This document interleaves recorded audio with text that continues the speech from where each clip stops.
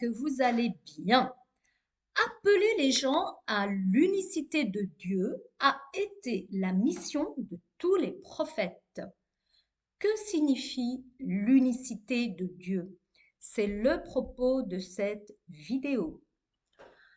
Un grand connaisseur des sujets de l'islam, un érudit, l'imam al-Junayd al-Baghdadi, fut interrogé au sujet de l'unicité de Dieu. Ce savant est né vers l'an 220 de l'Hégire, c'est-à-dire l'an 220 selon le calendrier musulman. À l'heure où je vous parle, nous sommes en 1444 de l'Hégire. Al-Junayd al-Baghdadi répondit par une phrase courte, concise, mais dense en contenu. التوحيد هو إفراد القديم من المحدث. C'est-à-dire, tu crois en l'unicité de Dieu quand tu fais l'absolue distinction entre celui dont l'existence n'a pas de début, à savoir Dieu, et les créatures.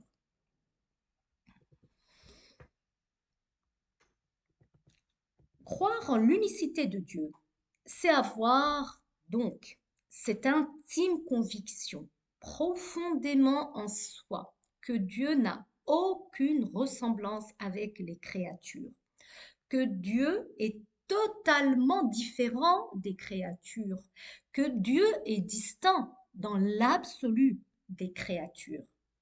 Ça, c'est le message de tous les prophètes, alayhimus salatu wassalam. La question de l'unicité de Dieu est donc fondamentale. Et parce que c'est fondamental, il ne suffit pas d'avoir l'impression d'avoir compris ce qu'est l'unicité de Dieu. Non, il faut comprendre ce que porte ce message comme signification. Pour cette raison, les savants ont mis toute la lumière sur ce sujet. Ils ont dit que la réalité de Dieu n'a aucune ressemblance avec la réalité d'aucune créature. Or, l'être humain, par exemple, la longueur, la largeur, la profondeur, la forme, la taille, la dimension font partie de sa réalité. C'est ça la réalité de l'être humain. L'être humain, c'est cette réalité corporelle. En référence à cette règle fondamentale, que croire en l'unicité de Dieu, c'est faire l'absolue distinction entre Dieu et ses créatures, nous comprenons alors que Dieu n'est pas spécifié par la longueur, ni la largeur, ni la forme, etc. C'est-à-dire, appliquer la règle Dieu est unique, c'est confirmer qu'il n'a nullement de ressemblance avec les créatures. Et ça mène à la croyance que Dieu n'a ni longueur, ni largeur, ni profondeur, ni taille, ni dimension, ni aucune autre caractéristique des créatures. Cette règle est indiquée dans le Coran honoré. Allah subhanahu wa ta'ala a révélé Laysa kamithlihi shay. Ça signifie rien n'est tel que lui. En suivant ce chemin, cette règle, nous adhérons au message des prophètes, croire en l'unicité de Dieu. Par conséquent, on comprend. Dieu a créé les êtres humains, Dieu ne ressemble pas aux humains. Dieu a créé la lumière, Dieu ne ressemble pas à la lumière. Dieu a créé les corps palpables, tangibles, comme les humains, les végétaux, les minéraux. Dieu n'est pas un corps palpable. Dieu a créé des corps impalpables, insaisissables, comme la lumière, l'air, etc. Dieu n'est pas un corps insaisissable.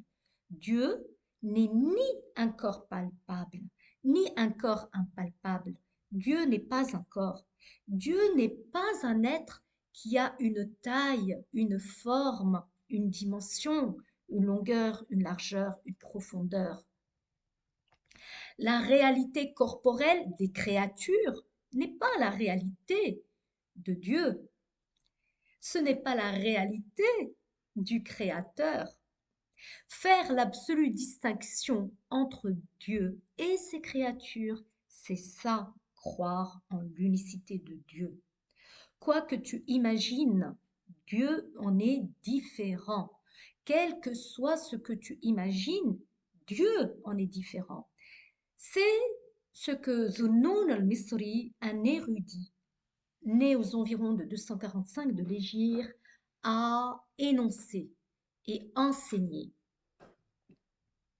Lorsqu'on examine la croyance musulmane à la lumière de la raison valide et adhère au contenu de cette croyance. Plus encore, la raison refuse et invalide ce qui est contraire à cette croyance.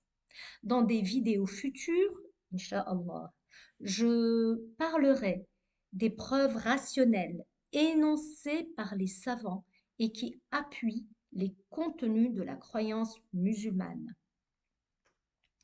Pour faire court maintenant, voici quelques conclusions tout à fait démontrables et dictées par la raison. Par exemple, le corps ne crée pas le corps. Le corps ne fait pas surgir du néant à l'existence un corps. Un être ne fait pas surgir du néant à l'existence un être qui lui est semblable. Avant de clore cette vidéo, j'attire ton attention, cher auditeur, chère auditrice,